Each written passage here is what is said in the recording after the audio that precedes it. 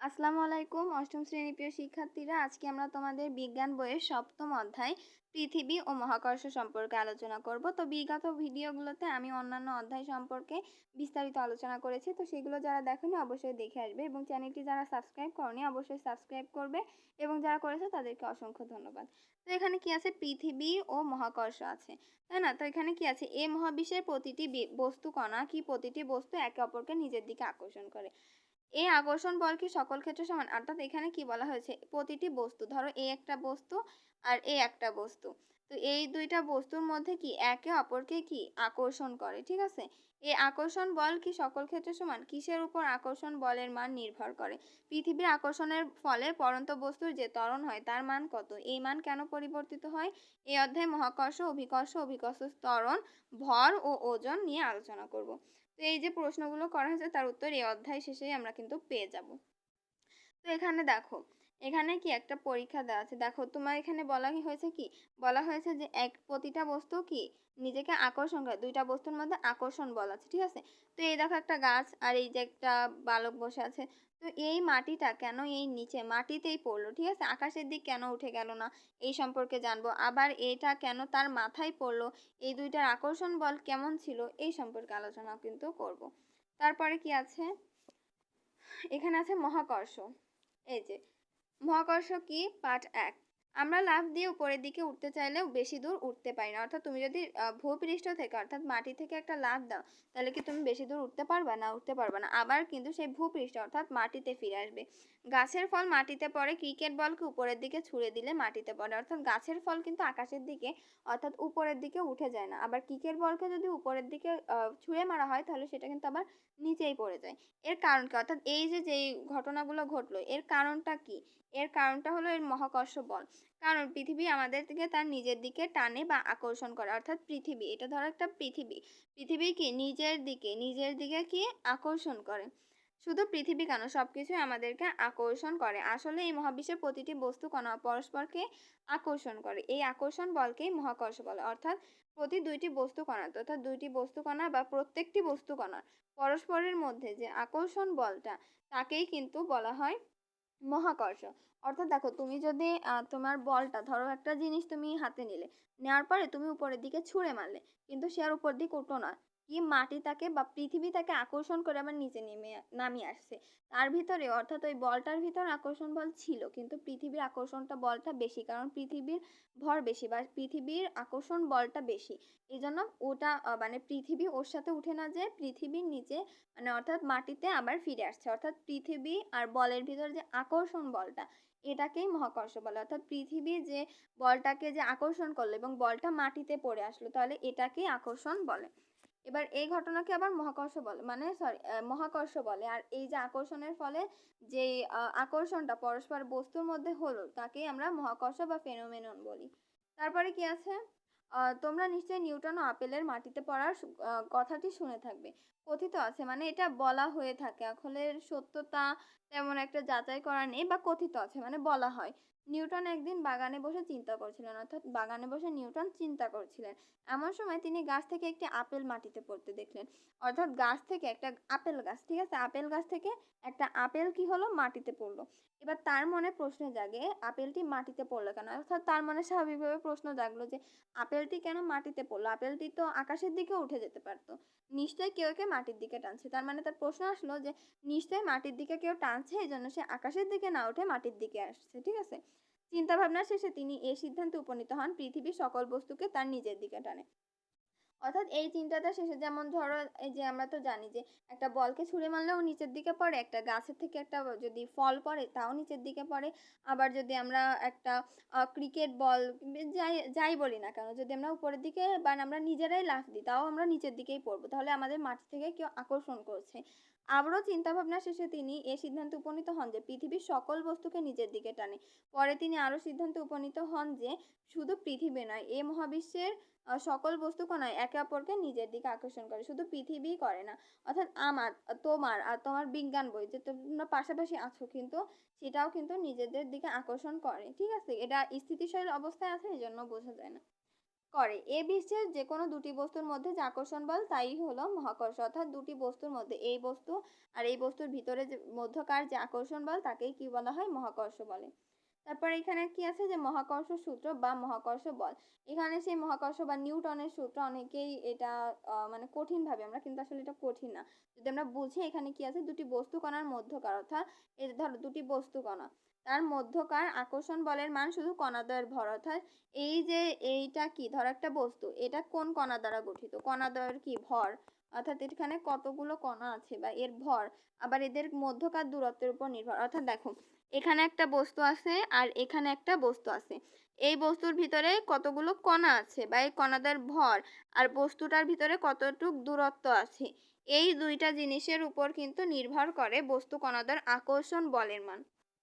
অর্থাৎ এখানে কিভাবে বলা যায়, এদের প্রকৃতি, অর্থাৎ এরা কি প্রকৃতির, অর্থাৎ এরা কি তরল কি কঠিন, এইগুলোর হিসেবে তারা দেখবে না, এটা কি যে এটা কি সোনা কিংবা রূপা এই ধরনের কি প্রকৃতি দেখবে না, মাধ্যমের প্রকৃতির উপর নির্ভর করে, অর্থাৎ কি মাধ্যমের এটা বা করে, এগুলো করে না। বস্তু কণাদ্বয়ের ভর বেশি হলে, অর্থাৎ বস্তু কণাদ্বয়ের ভর যদি বেশি হয় তাহলে তার আকর্ষণ বলও বেশি হবে। এই জন্য দেখো পৃথিবীর যে ভরটা বেশি বলে বলটাকে সে আকর্ষণ করে মাটিতে নিয়ে আসতে পারছে, কিন্তু বলটার ভর কম বলে সে পৃথিবীর দিকে আসছে, কিন্তু বলটার ভর যদি বেশি থাকতো পৃথিবী তার সাথে তো কিন্তু এটা সম্ভব না, কারণ পৃথিবী অনেক ভারী এবং বলটা অনেক ক্ষুদ্র একটা বস্তু।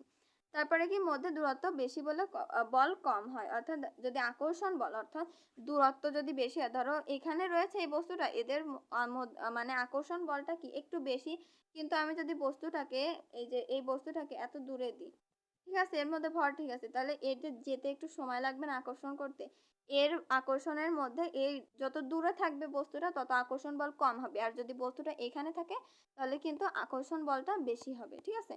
এই আকর্ষণ সম্পর্কে নিউটনের একটি সূত্র আছে যা নিউটনের মহাকর্ষ সূত্র নামে পরিচিত। আসলে জিনিসটা এই, আর মানে এই জিনিসটা কিন্তু অনেক সহজভাবে আমরা বুঝলাম আমার মতে। তো এই জিনিসটা কিন্তু আমরা সহজভাবে বুঝলাম, তাহলে এটা আরো সূত্রের মাধ্যমে আরো সহজ বা শর্টকাটে আমরা বুঝে ফেলবো। তো এখানে কি আছে, এখানে আছে মহাবিশ্বের প্রতিটি বস্তুকণা, মানে এই মহাবিশ্বে এই পৃথিবীতে যতটি বস্তুকণা আছে, পৃথিবী বলো মানে এই পুরো বিশ্ব জগতে যতগুলো বস্তুকণা আছে প্রতিটি বস্তুকণা একে অপরকে নিজের দিকে আকর্ষণ করে, আমরা তো জেনেছি একে অপরকে নিজেদের দিকে আকর্ষণ করে।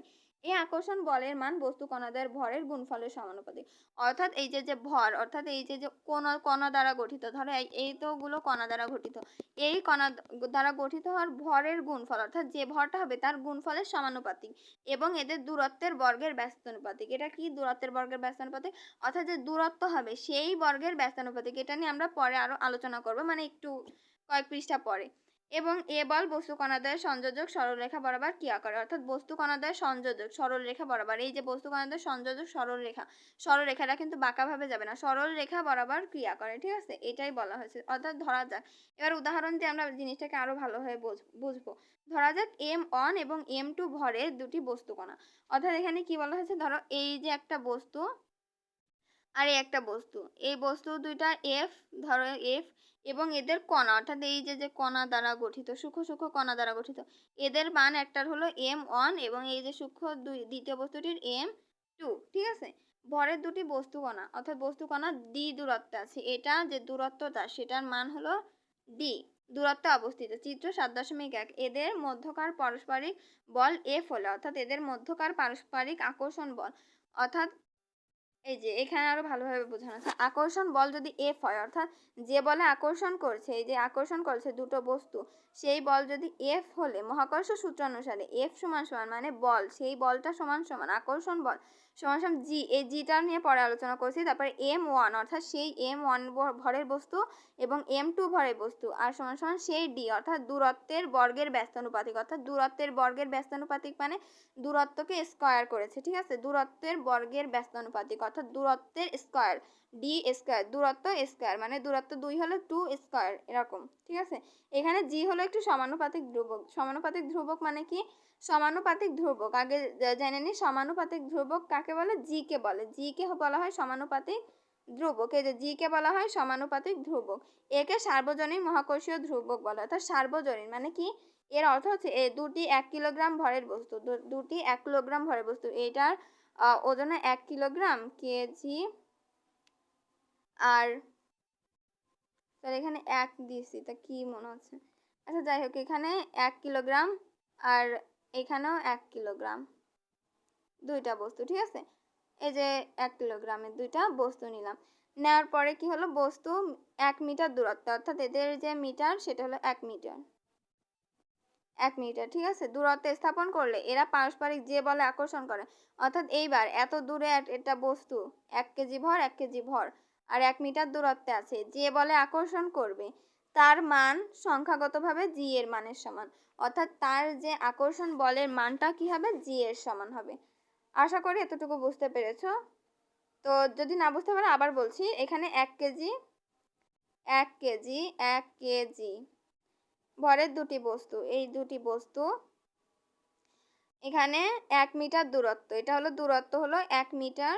আর যে বলে আকর্ষণ করবে দুটি বস্তু, আমরা তো জানি দুটি বস্তুর মধ্যে আকর্ষণ বল আছে, যে বলে আকর্ষণ করবে তার মান সংখ্যাগতভাবে এই যে জি এর মানের সমান হবে, জি এর মানের সমান হবে। আশা করি এবার বুঝেছো।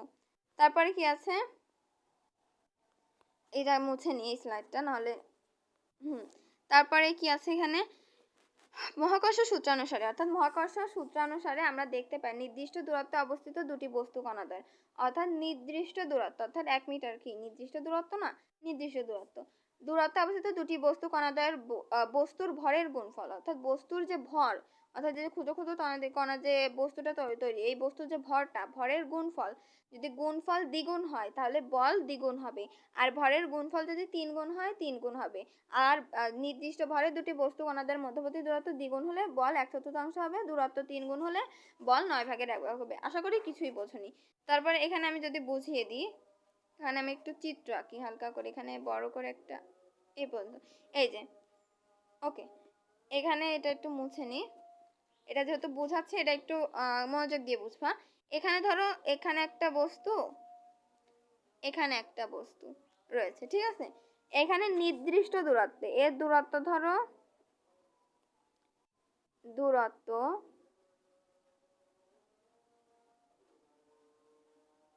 দূরত্ব হলো 1 মিটার, দূরত্ব 1 মিটার, ঠিক আছে। আর নির্দিষ্ট ভর মানে কি, যদি 2 কেজি, এটা হলো 2 কেজি 2 কেজি, ঠিক আছে, 2 কেজি। এবারে এই যে এখানে বলেছে বস্তু কণাদ্বয়ের ভর, এটা 2 কেজির ভর, ধরো 2 কেজি ভরের দ্বিগুণ হলে, যদি 2 গুণ হয়, অর্থাৎ আমরা কি জেনেছি, যদি ভর বেশি হয় তাহলে বস্তু কণাদ্বয়ের আকর্ষণ বল বেশি হবে, আর দূরত্ব যদি বেশি হয় তাহলে কম হবে, অর্থাৎ দূরত্ব করলে আকর্ষণ বলটা তো কম হবে, কারণ দূরে যেতে সময় লাগে, কম হবে না। তাহলে এখানে ধরো 2 এর সাথে, অর্থাৎ এই যে ভরের গুণফল, অর্থাৎ বস্তুর ভরের গুণফল যদি দ্বিগুণ হয়, অর্থাৎ 2 এর সাথে যদি আর 2 যোগ করো, সাপোজ ধরো 2 এর সাথে 2 যোগ করলে কত হয়, 4 হয় না, এই যে 4, আর এখানে 2 এর সাথে 2 গুণ করো, তাহলে কি কত হয়, 4। তাহলে এদের ভর বেড়ে গেল না, এই যে ভর যদি বেড়ে যায় তাহলে কি আকর্ষণ বলও দ্বিগুণ হবে, অর্থাৎ যত বেশি বড় হবে জিনিসটা তত আকর্ষণ বল বেশি হবে। তাহলে যদি 2 গুণ হয় বেশি, তাহলে তাদের 2 গুণ বল বেশি হবে, আবার যদি 3 গুণ করা হয় তাহলে 3 গুণ বল আরো বেশি হবে।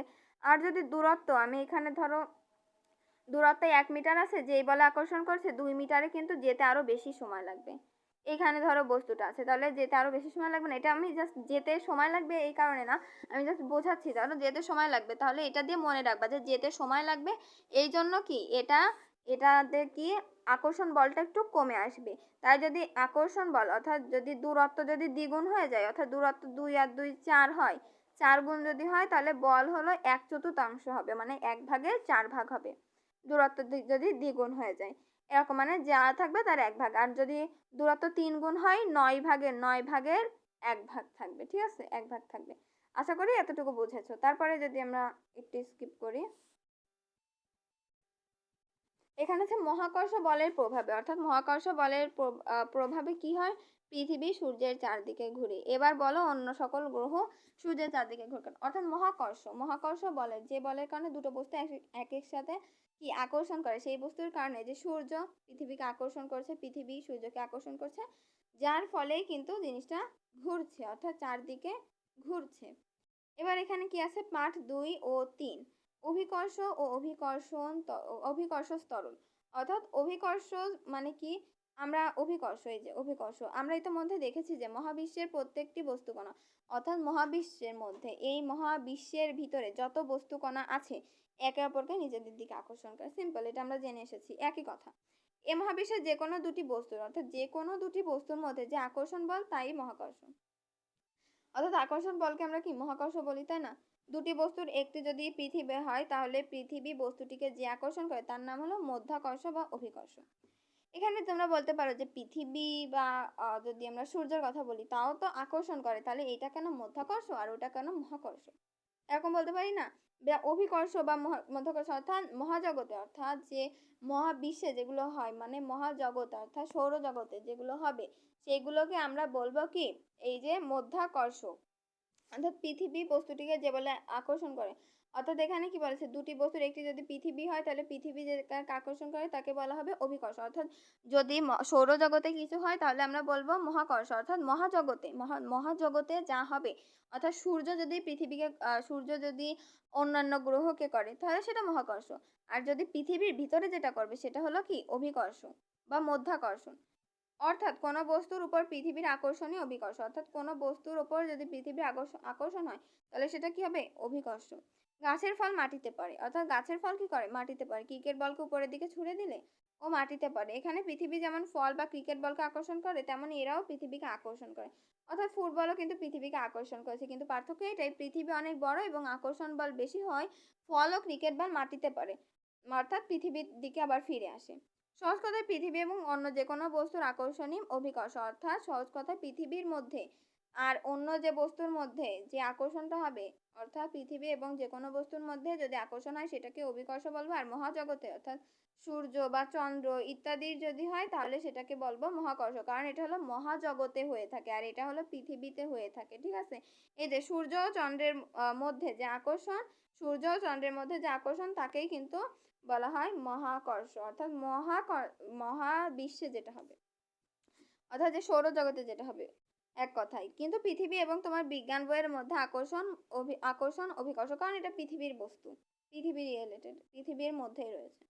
অভিকর্ষ ত্বরণ, আমরা জানি বল প্রয়োগ করলে কোনো বস্তুর বেগের পরিবর্তন হয়, অর্থাৎ একটা বস্তু ধরো যাচ্ছে গড়িয়ে গড়িয়ে একটা পাহাড় থেকে পড়ে যাচ্ছে একটা বেগে, তুমি আরেকটাকে সজোরে আঘাত করলে আরো জোরে যাবে। ঠিক আছে, মানে আঘাতপ্রাপ্ত হলে বস্তুর বেগের পরিবর্তন হলো না, এটাই বোঝাতে চেয়েছে।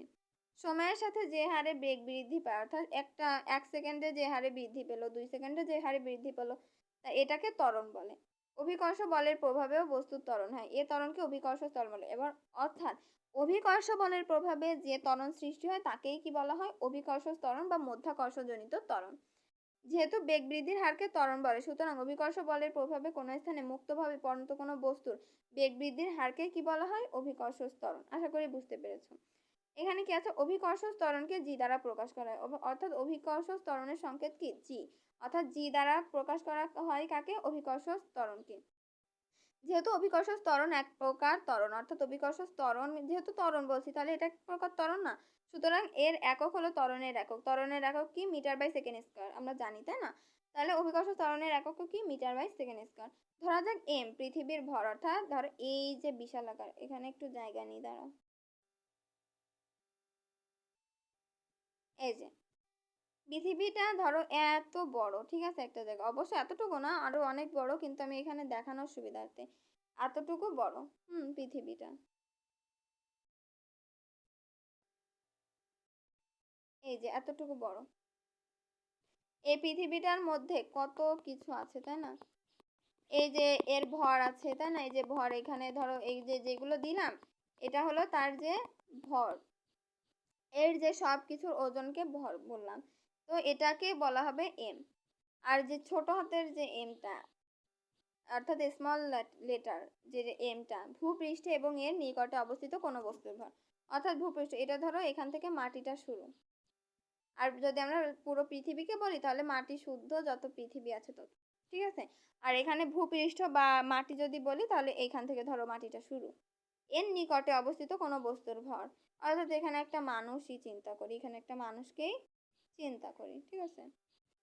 তাহলে কোনো বস্তুর ভর। তারপর ডি সমান সমান বস্তু ও পৃথিবীর কেন্দ্রের মধ্যবর্তী দূরত্ব, অর্থাৎ পৃথিবীর কেন্দ্র ধরো এটা, এই ডি সমান সমান হলো তার হলো সেই দূরত্ব, কেন্দ্রের মধ্যবর্তী দূরত্ব বস্তু ও পৃথিবীর মধ্যবর্তী। তাহলে মহাকর্ষ সূত্র অনুসারে এফ সমান সমান কি হবে, এফ সমান সমান জি, অর্থাৎ জি, অর্থাৎ আমরা তো জেনেছি জি হলো সেই মহাকর্ষ ধ্রুবক যেখানে সে এখানে বসবে, ঠিক আছে, সেই বড় এম, বড় হাতের এম এবং ছোট হাতের এম গুণ ডি স্কয়ার, বর্গের ব্যস্তানুপাতিক বলেছিলাম না, তাহলে ডি স্কয়ার। তারপরে কি আছে, আবার বলের পরিমাপ, অর্থাৎ বলের পরিমাপ, সেই যে বলটা তার বলের পরিমাপ পায় অভিকর্ষ বল, অর্থাৎ সেই অভিকর্ষ বল ভর গুণ, অর্থাৎ সেই বলের ভর গুণ অভিকর্ষ ত্বরণ। এই যে এফ সমান সমান অভিকর্ষ ত্বরণের মান হল এফ সমান সমান এম, ভর কি এম এবং অভিকর্ষ ত্বরণ হলো জি। তারপর উপরিক্ত দুই সমীকরণ থেকে পাওয়া যায়, উপরিক্ত দুই সমীকরণ থেকে কি পাওয়া যায়, উপরিক্ত কয়টা সমীকরণ আছে, উপরিক্ত দুইটি সমীকরণ আছে, কোনটি এ, এটা আর এটা, ঠিক আছে। এখানে কি বলা আছে, দুটি সমীকরণ থেকে কি পাওয়া যায়, M G, G M M D square G তার বা এটা পাওয়া যায়, ঠিক আছে। তো এটা নিয়ে আলাদাভাবে বিশদভাবে আলোচনা করা হবে, যেহেতু এটা একটা সূত্র আর এটা বলতে গেলে ভিডিওটা অনেক বড় হয়ে যাবে, সুতরাং এটা নিয়ে আলাদাভাবে আলোচনা করা হবে।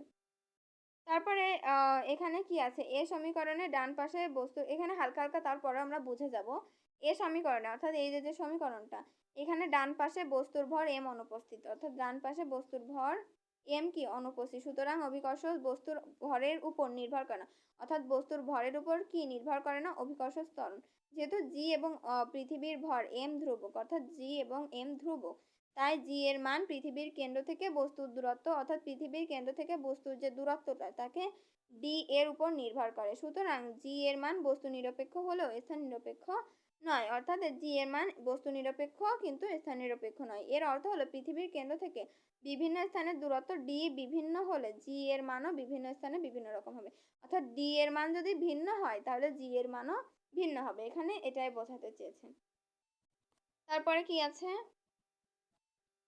অভিকর্ষ ত্বরণের পরিবর্তন, এই সম্পর্কে আমরা পরে আলোচনা করব। তো আজকের ভিডিওটি এই পর্যন্ত, দেখা হবে পরের ভিডিওতে। ভিডিওটি যদি ভালো লাগে অবশ্যই লাইক কমেন্ট শেয়ার এবং সাবস্ক্রাইব করে আমার পাশে থাকবেন। ধন্যবাদ সবাইকে।